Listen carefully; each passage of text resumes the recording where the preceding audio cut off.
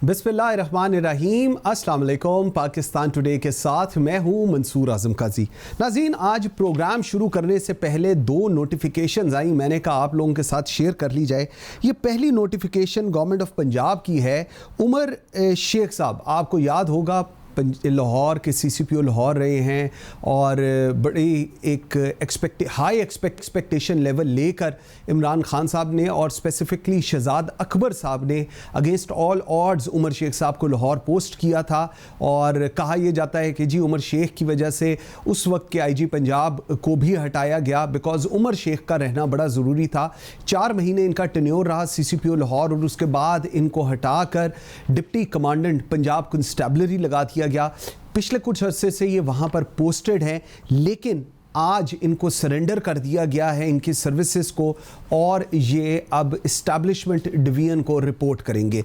ये वही उमर शेख साहब हैं जिनके बारे में जिनके साथ खड़े होकर, बल्कि मैं कहूँगा शहजाद अकबर साहब प्रेस कॉन्फ्रेंस कर रहे थे जब वो उस सानिया मोटरवे हुआ था, क्योंकि शहजाद अकबर साहब IG पंजाब या चीफ सेक्रेटरी पंजाब या इनमें से किसी के साथ नहीं खड़े होना चाहते थे। He wanted to give a message across the board कि मैं उमर शेख के साथ खड़ा हूँ। और आज उसी उमर शेख के साथ जो हो रहा है ये हम सब देख रहे हैं और अब इनको सरेंडर कर दिया गया इस्टेब्लिशमेंट डिवीजन में। Now he will be reporting to establishment division ji.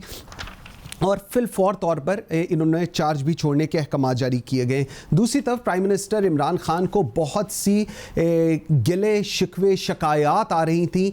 Governor Balochistan justice retired Amanullah Khan Yasinzai के बारे में, और कहा जा रहा था कि जी गवर्नर हाउस के दरवाजे, गवर्नर बलूचिस्तान के दरवाजे जो हैं वो लोगों के लिए बंद हैं। वहाँ पर PTI के लोग जा नहीं सकते, उनको मिल नहीं सकते, इश्यूज़ को एड्रेस नहीं कर सकते। बहुत एक ब्यूरोक्रेटिक वहाँ का कल्चर है और काफ़ी अरसे से यही शिकायत इवन फेडरल मिनिस्टर्स और जो वफाकी काबीना के लोग हैं, इस्लामाबाद में जो लोग रहते हैं, वो भी ऑफ रिकॉर्ड यही बातें करते थे कि जी पता नहीं क्यों गवर्नर अभी तक उनको लगाया हुआ है। अगर ये उनका एटीट्यूड है लोगों के साथ, और इवन अगर पाकिस्तान तहरीके इंसाफ के जो वहाँ के अरकान सूबाई असेंबली हैं या जो इवन कौमी असेंबली के लोग हैं, अगर वो भी जाते हैं तो उनके साथ भी बड़ा एक कोल्ड शोल्डर देकर गवर्नर बलूचिस्तान बात करते हैं। तो उसके ऊपर प्राइम मिनिस्टर ने कहा है, उनको ख़त लिखा है जिसके अंदर उन्होंने कहा है कि I intend to appoint a new governor in Balochistan and would therefore request you to resign.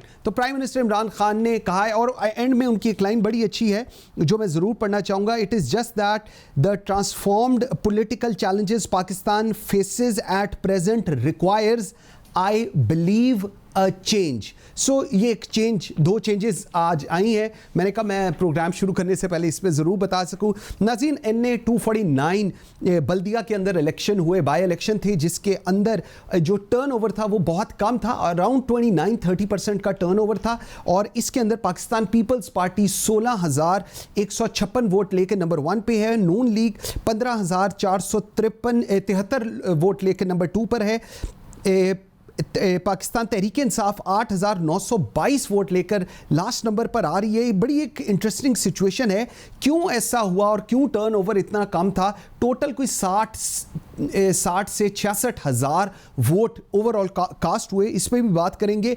इसके साथ साथ बशीर मेमन ने जो इल्ज़ामात लगाए हैं प्राइम मिनिस्टर के ऊपर, ऑफ कैमरा प्राइम मिनिस्टर ने कहा है कि जी मैं इन सारी चीज़ों की तरदीद करता हूँ, ना मैंने जस्टिस काजी फायज़ ईसा के बारे में कोई इस तरह के कमेंट्स कहे, ना ही ऑपोजिशन को लेकर कहे। सिर्फ और सिर्फ मैंने ख्वाजा आसिफ साहब के बारे में कहा था, इसके अलावा मैंने कोई ऐसी बात नहीं की। और आज शहबाज गिल साहब, अब ऑब्वियसली वो उनके बेटों की फैक्ट्री और इन सारी चीज़ों के पीछे पड़े हैं।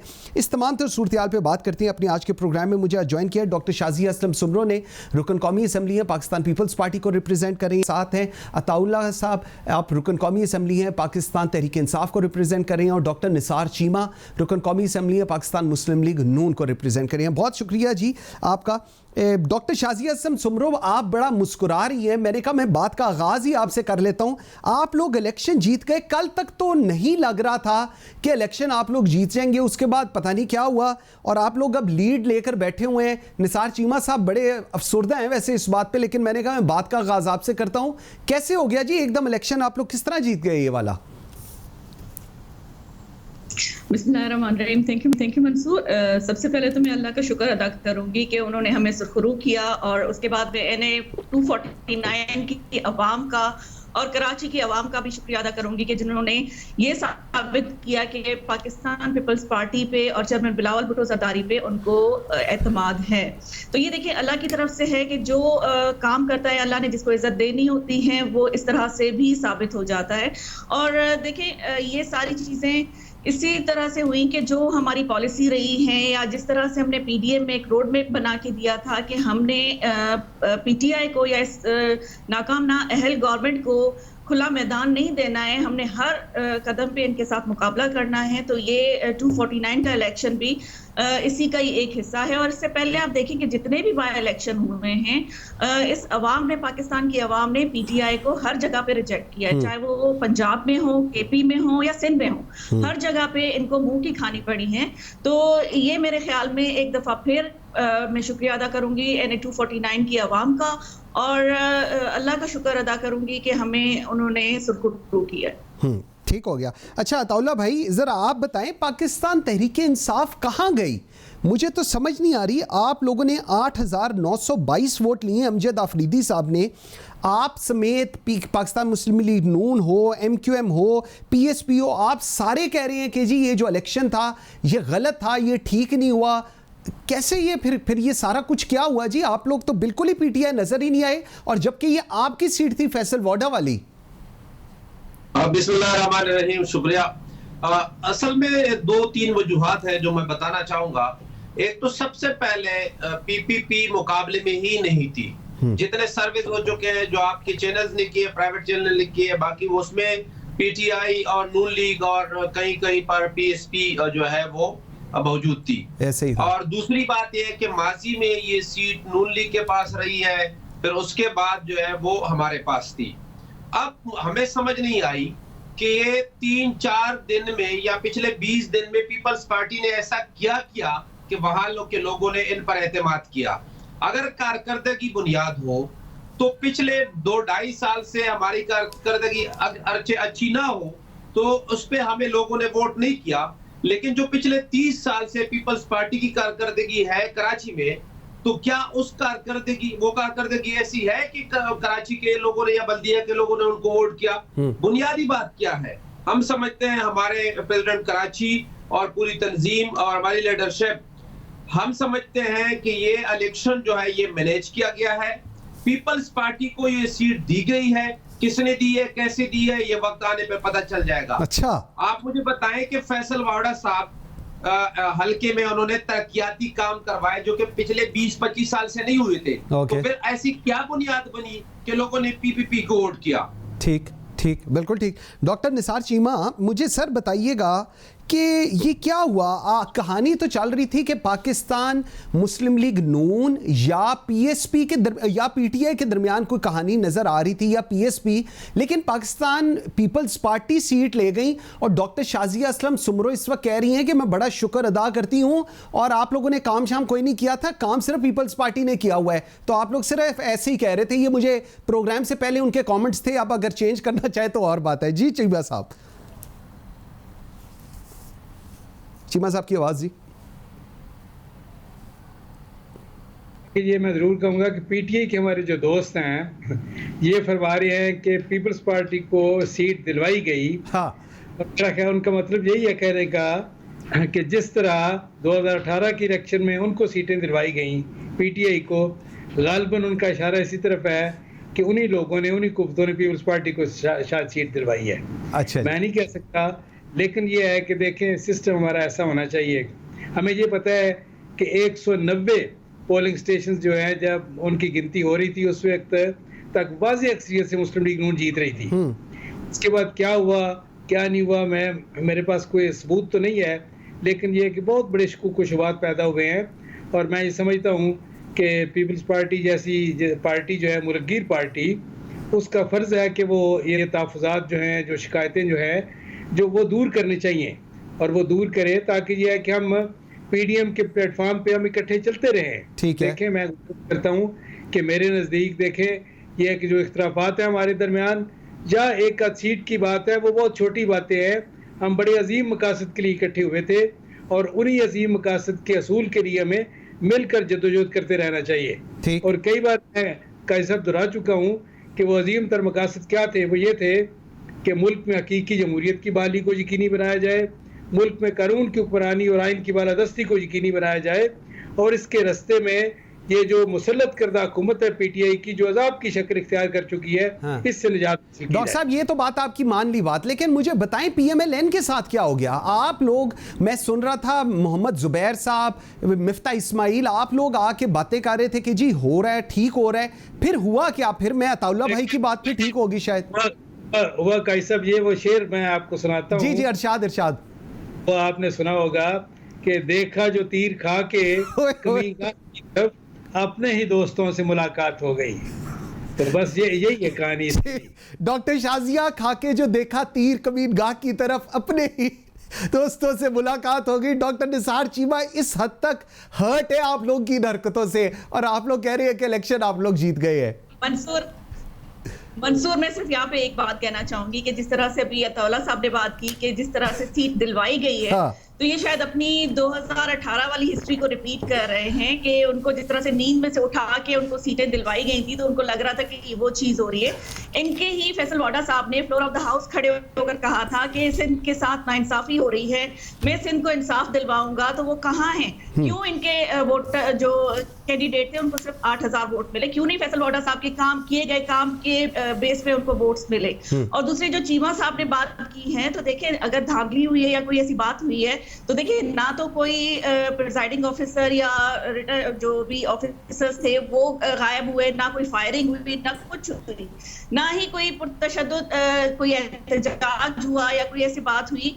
सब चीजें स्मूथली हो रही थी। जो भी हुआ, काउंटिंग हुई, आपके सामने रिजल्ट है। अगर ऐसी कोई प्रॉब्लम हुई होती तो आपके सामने होता। और ये अब जब ये अभी तक पाकिस्तान पीपल्स पार्टी के ऊपर बहुत सारे इल्जामात लगते आए हैं और हम लोग फेस कर रहे हैं, आगे भी देखा जाएगा इंशाल्लाह। ठीक हो गया, बिल्कुल ठीक है। एक मैं ब्रेक का जी मुझे कहा जा रहा है, जरा ब्रेक पे जाने से पहले मैं एक सवाल छोड़े जाता हूं अताउल्ला साहब के लिए। अताउल्ला भाई, अराउंड 29-30% लोगों ने वोट दिया है, और जो वोटर्स का व्यू पॉइंट है पॉलिटिशियंस को लेकर वो बड़ा अजीब सा है। एक रिबटल हम देखते हैं, इस पर बात करते हैं जी एक छोटी सी ब्रेक के बाद। मेरे साथ रहिएगा।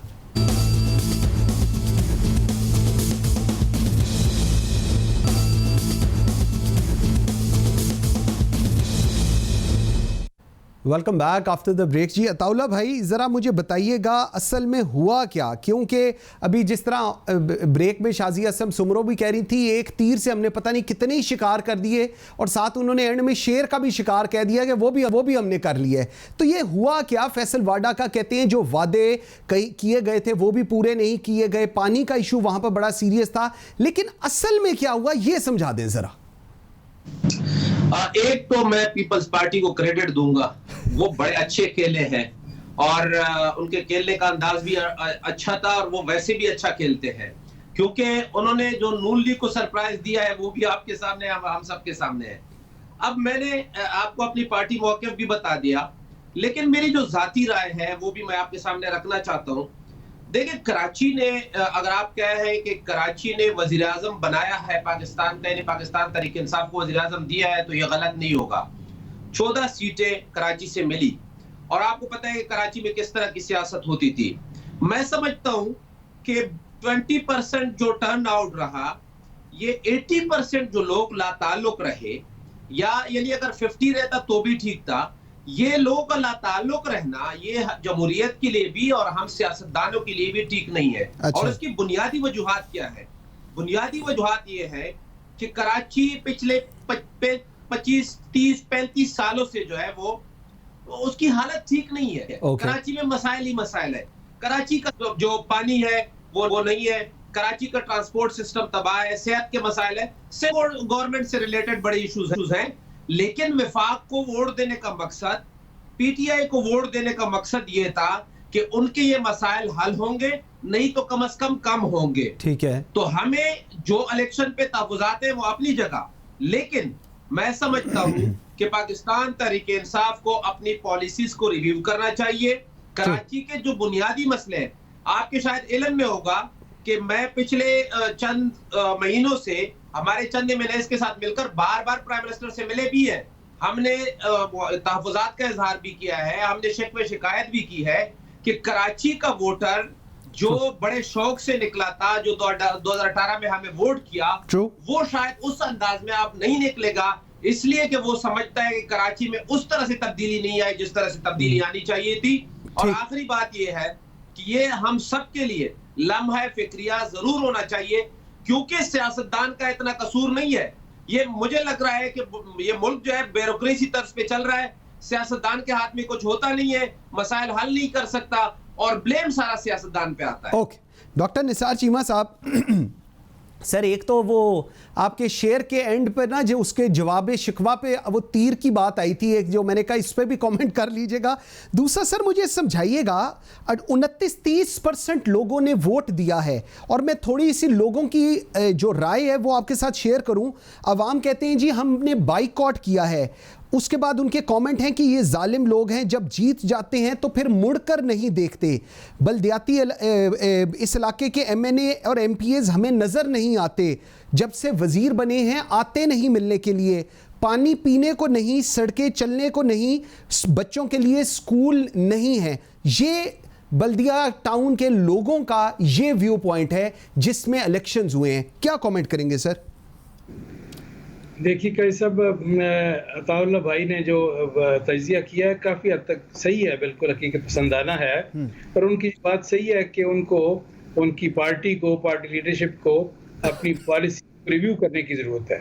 देखें बात यह है कि एक तो कराची के लोकल मसाइल थे, बाकी है कि पीटीआई वो हल करने में बुरी तरह नाकाम रही, ना कोई पानी का मसला हल हो सका, ना कोई और मसले हल हो सके। और दूसरा ये है कि जो इन्होंने जो इनके नुमाइंदे थे वहाँ पे खैर से, अब यह है कि उनकी कारकर्दगी देखकर उन तरह यानी वाडा साहब जैसा एक गैर संजीदा और गैर जिम्मेदार नुमाइंदा जो है, उसके बाद यह है कि अवाम के जो है अवाम के एतमाद का किस तरह वो तवक्को कर सकते थे, उसकी अवाम का रद्द-ए-अमल यही होना था। दूसरी बात जो है वो ये है कि देखें पूरे मुल्क में जो महंगाई और बेरोज़गारी का तूफ़ान है, जो बदतरीन किस्म की गवर्नेंस है जिसका सामना अवाम को है, ज़ाहिर है उसके नताइज पीटीआई को भुगतने पड़ेंगे और भुगत रही है। देखें पूरे मुल्क में जो ज़िमनी इलेक्शन हो रहे हैं उसके नताइज आपके सामने हैं। बात यह है, देखिए गुजारिश ये है कि इस वक्त लम्हा फिक्रिया होना चाहिए पीटीआई की लीडरशिप के लिए कि 2018 के इलेक्शन में आप ये सीट जीत गए थे, जितवा दी गई जैसे भी हुआ, लेकिन बहरहाल आप जीत गए। अब हालत ये है कि आप दूसरे नंबर पे नहीं है, तीसरे नंबर पे नहीं है, चौथे नंबर पे नहीं है, आप 5वें नंबर पे आ रहे हैं और जिनको आपने कालअदम करार दिया है वो भी आपसे ज्यादा वोट ले रहे हैं। क्या ये इतना बड़ा ये लम्हा फिक्रिया है इनके लिए और इनको सोचना चाहिए क्या पॉलिसी है इनकी।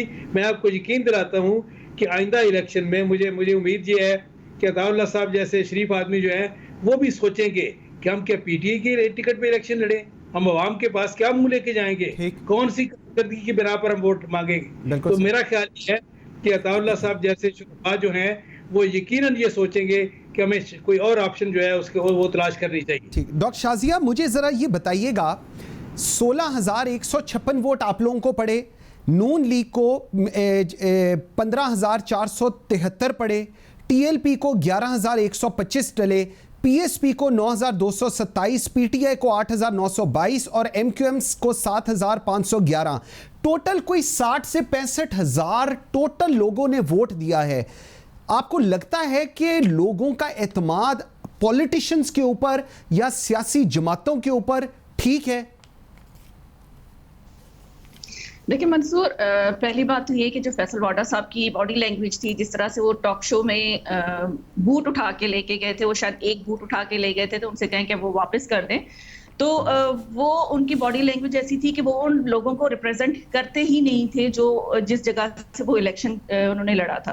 दूसरी बात यह है कि देखिए पिछले इलेक्शन में शहबाज शरीफ साहब ने जो अब उन्होंने वोट लिए हैं उससे पहले कुछ ज्यादा ही वोट लिए थे। बिल्कुल। और दूसरी बात यह है कि हम लोगों ने अगर वहां से इलेक्शन जीता है तो हमारे जो कैंडिडेट हैं वो वहां के ही लोकल लोगों से उनकी बहुत ज्यादा मिलना जुलना उनके साथ बहुत उनका है, उनको वो सर्व भी करते हैं, तो वो बहुत अच्छे कैंडिडेट हैं। तो ये सारी चीजें मेरे ख्याल में उनके काम करने की वजह से, और आपको पता है कि सिंध हुकूमत कि कितने सारे फंड्स हैं जो सिर्फ ऐलानात हुए हैं। कितनी दफा प्राइम मिनिस्टर साहब आए हैं या इनके जो वुज़रा हैं वो आते हैं और सिर्फ ऐलानात करके चले जाते हैं, वो फंड्स नहीं मिले। लेकिन फिर भी वो लिमिटेड रिसोर्सेज जो है सिंध हुकूमत के पास, उनके थ्रू जितने भी काम हुए हैं वो किए हैं, और आइंदा भी जितने भी काम रुके हुए हैं वो भी जरूर हम पूरे करेंगे। और अवाम को जो प्रॉब्लम्स हैं वो हम कोशिश करेंगे कि जितने भी लिमिटेड रिसोर्सेज में हम कंप्लीट कर सकते हैं, हम अपनी अवाम को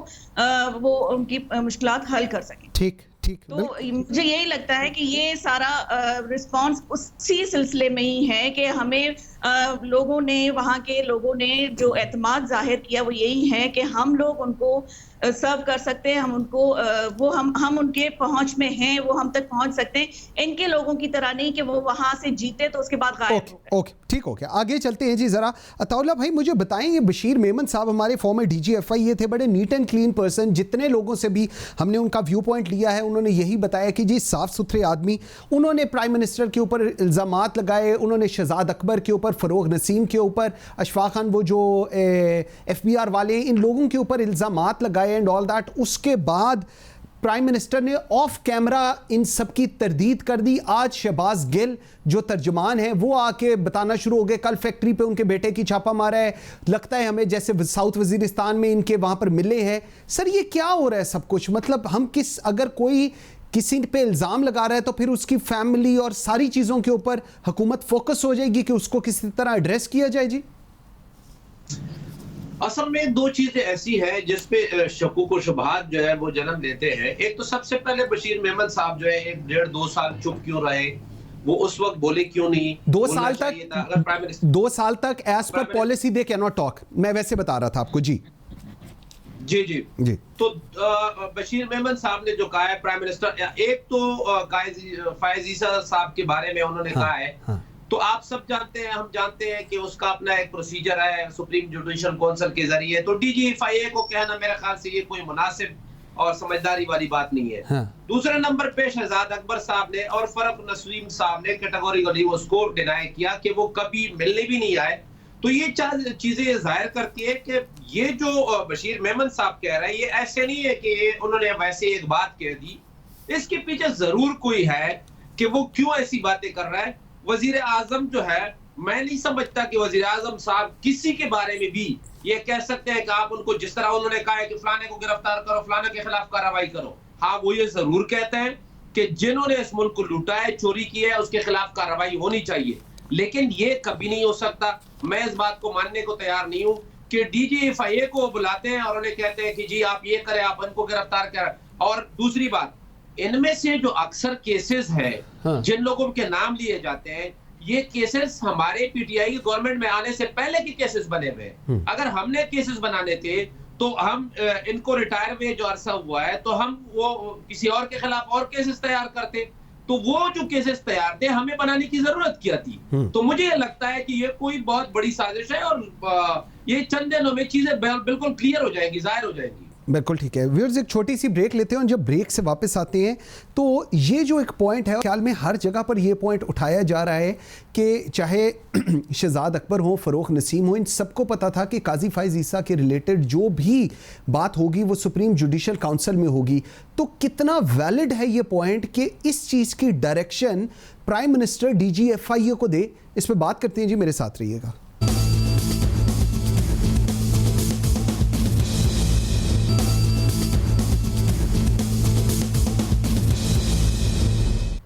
welcome back after the break जी। डॉक्टर निसार चीमा साहब, सर मुझे ज़रा बताइएगा क्यों, आखिर ऐसा कैसे मुमकिन है कि ये जो हजरात हैं, शहजाद अकबर हो, फ़रोग नसीम हो, प्राइम मिनिस्टर हाउस के लोग हों, इनको एक चीज़ की अंडरस्टैंडिंग तो मेरे ख्याल में अब एक ले मैन को भी हो गई है कि अगर किसी जस्टिस के बारे में कोई चीज़ होगी तो वो सुप्रीम जुडिशल काउंसिल के अंदर जाएगी। सर कितना आप ये कमेंट बाय करते हैं बशीर मेमन साहब का कि prime minister has called him up and has told him कि तुम काजी फायज ईसा के ऊपर इन्वेस्टिगेट करो और चीज़ें पता करो? Sir how much do you way this comment?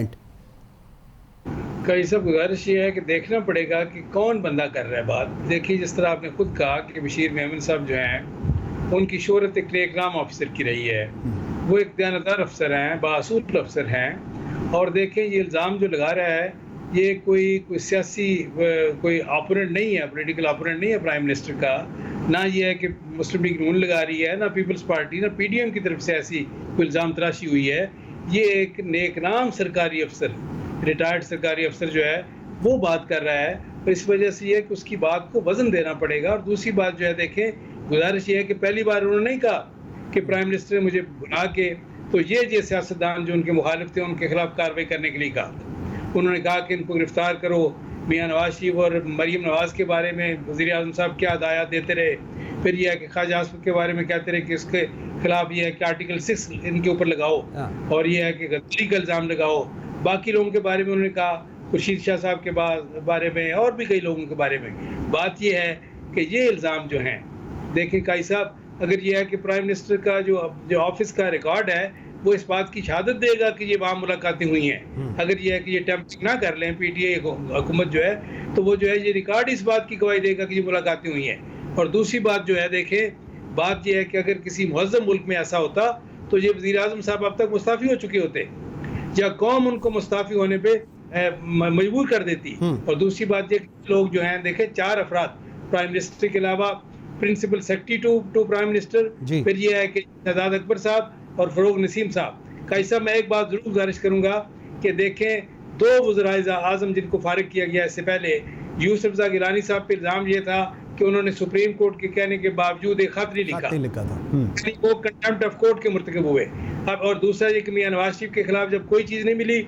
तो एक बस का खेस सा इल्ज़ाम हकामा पे कि अपने बेटे से जो तनख्वाह लेनी थी वो उसका जिक्र नहीं हुआ। बात ये है कि ये इल्ज़ाम जो इमरान खान के ऊपर है, ये उन दोनों इल्ज़ामात से ज़्यादा, दोनों वज़ीर आज़म जो है उनके खिलाफ जो इल्ज़ाम थे उनसे ज़्यादा संगीन इल्ज़ाम है। और ये कंटेम्प्ट ऑफ कोर्ट भी है और आइन शिकनी भी है। और इसके खिलाफ मैं समझता हूँ कि इस बारे में मुकम्मल जुडिशियल इंक्वायरी होनी चाहिए, और जो they should not be spared at all. बिल्कुल ठीक है। अच्छा डॉक्टर साहब, अब मुझे एक चीज़ बताइएगा, जिस तरह अभी डॉक्टर निसार चीमा भी कह रही हैं, आज हमने देखा डॉक्टर शहबाज गिल आके उन्होंने एक चार्जशीट पेश की सारी मीडिया के सामने कि जी अल मुज्तबा, उन्होंने कहा मुझे कंफर्म नहीं है, मुझे बताया गया, एक तो पता नहीं सोर्सेज कौन से हैं, कि मुज्तबा घी मिल्स का तो खैर कल रात को जहाँ पर उस पर छापा पड़ा और उसके बाद वो सारा कुछ, उसके साथ उन्होंने कहा कि जी मुबैना 3 मिलें हैं इनकी साउथ वजीरिस्तान में, जहां से ये टैक्स चोरी करते हैं और टैक्स फ्री जोन है क्योंकि वो एरिया। ये अब जो एलिगेशंस का सिलसिला शुरू हो गया, और ऑब्वियसली अब हम देखेंगे कि बशीर मेमन साहब, उनकी फैमिली, सबका बड़ा एक अच्छा मीडिया के ऊपर एक ट्रायल होगा। आप इसको कैसे देख रही हैं? देखिए मंसूर, सबसे पहली बात तो ये है कि जो आपने गिल साहब की बात की, देखिए पीटीआई की रवायत रही है कि वो इल्ज़ामात की सियासत करते हैं, इल्ज़ामात लगा के और फिर वो पीछे हट जाते हैं, और फिर वो मीडिया ट्रायल और जिस तरह से भी होता रहता है फिर वो उस बंदे का होता रहता है। बशीर मेमन साहब की आपने बात की, उनका रिकॉर्ड बहुत अच्छा है, वो एक रिस्पेक्टेबल इंसान है और उन्होंने काम किया है। मैं सिर्फ ये कहना चाहती हूँ कि उन्होंने जो इतने संजीदा किस्म के इल्ज़ामात लगाए हैं, उनके पीछे कहीं ना कहीं कोई तो वजह ज़रूर होगी, इसकी इंक्वायरी होनी चाहिए। लेकिन मैं ये भी पूछना चाहूँगी कि जब बशीर मेमन साहब को सुप्रीम कोर्ट की तरफ से ये कहा गया था कि असगर खान केस को आपने फॉलो करना है, तो उन्होंने वो छोड़ के चेयरमैन बिलावल भुट्टो जरदारी साहब के जो केसेस थे उनको फॉलो करना क्यों शुरू कर दिया था? वो भी उनसे ये पूछना चाहिए कि वो किस तरफ, उनको किसने ये चीज डाइवर्ट की थी और क्यों इस तरह से हुआ था। तो ये सारी चीजें जो है ना इंक्वायरी होनी चाहिए कि इतने सख्त किस्म के इल्जामात क्यों लगे हैं, और जो प्राइम मिनिस्टर हैं या प्रेसिडेंट साहब हैं उनको तो फिर इतनी कर्टसी होनी चाहिए कि वो फिर इस ओहदे के लिए क्रेडिबल नहीं है, उनको फिर अपनी उस ओहदे से मुस्तफी हो जाना चाहिए। ठीक, अताउल्लाह भाई जरा मुझे बताएं, पूरी इस वक्त जो हमारा कंसेंसस भी इस पे डेवलप हो रहा है, क्यों नहीं एक जुडिशियल कमीशन बनाया जाता है जो बशीर मेमन साहब से पूछे कि ये सारी चीजें क्या वो जो बता रहे हैं इसका क्या एविडेंस है, नंबर 1। नंबर 2, अगर वो प्राइम मिनिस्टर हाउस में गए हैं, 1 दफा गए हैं या 10 दफा गए हैं, कॉल लॉग्स वहां पर लॉगिंग बिल्कुल होती है, कोई भी बंदा जाएगा वो रजिस्टर होगा, CNIC किस पर्पस के लिए गया, कितने बजे गया, कितने बजे निकला, इस चीज को वेरीफाई करके एटलीस्ट हुकूमत और प्राइम मिनिस्टर तो क्लियर हो ना। कुछ आप वो ऑफ रिकॉर्ड कह रहे हैं जी ये सब कुछ गलत कह रहे हैं। अताउल्लाह साहब की आवाज नहीं आ रही। बारे में जो उन्होंने बात की थी वो पहले नहीं की, अभी की है। हालांकि वो पहले बात कर चुके थे। दूसरी बात ये है, मैं पहली वाली बात करूंगा कि मैं नहीं समझता कि जो केसेस बने हुए केसेस थे, बहुत सारे लोगों पर बने हुए थे, तो उनके खिलाफ क्या केसेस बनने थे। अब उनकी आने की बात है। देखिए, फरोग नसीम साहब के बारे में उन्होंने कहा था कि मैं जो प्रिंसिपल सेक्रेटरी है और शहजाद अकबर फरोग नसीम साहब के पास गए थे, वो पूरा रिकॉर्ड अपने साथ लेके आए कि उनके जो मीटिंग्स होती हैं, जिस तरह कोई मिलने आता है तो वो सारा रिकॉर्ड होता है, किस पर्पस के लिए आ रहे हैं, क्यों आ रहे हैं। तो ऐसा मेरे पास ऐसा कोई नहीं है। दूसरा, जो प्राइम मिनिस्टर हाउस है, जाहिर है प्राइम मिनिस्टर हाउस में जो मीटिंग्स होती है, वो अगर बड़ी मीटिंग होती है, 18, 20, 25 लोग शामिल होते हैं, तो उनका भी रिकॉर्ड होता है। अगर 2-3 लोग किसी काम के लिए बुलाया हुआ है, कोई ऐसा स्पेशल केसेस है, वो उनके लिए बुलाया होगा, तो वो भी सारा रिकॉर्ड पर होगा। अब मैं इस बात से जरूर इत्तेफाक करता हूँ कि ऐसी जो चीजें होती है, ऐसी जो इल्जामात लगते हैं, वो जरूर क्लियर होने चाहिए। बिल्कुल ऐसे उनका जरूर ऐसा कोई होना चाहिए कि वो साबित हो कि उन्होंने वो झूठ क्यों बोला, या अगर सच बोला है तो ऐसा हुआ क्यों। ये जाहिर है कौम के सामने आना चाहिए, ताकि हमें पता चले कि ये हो क्या रहा है।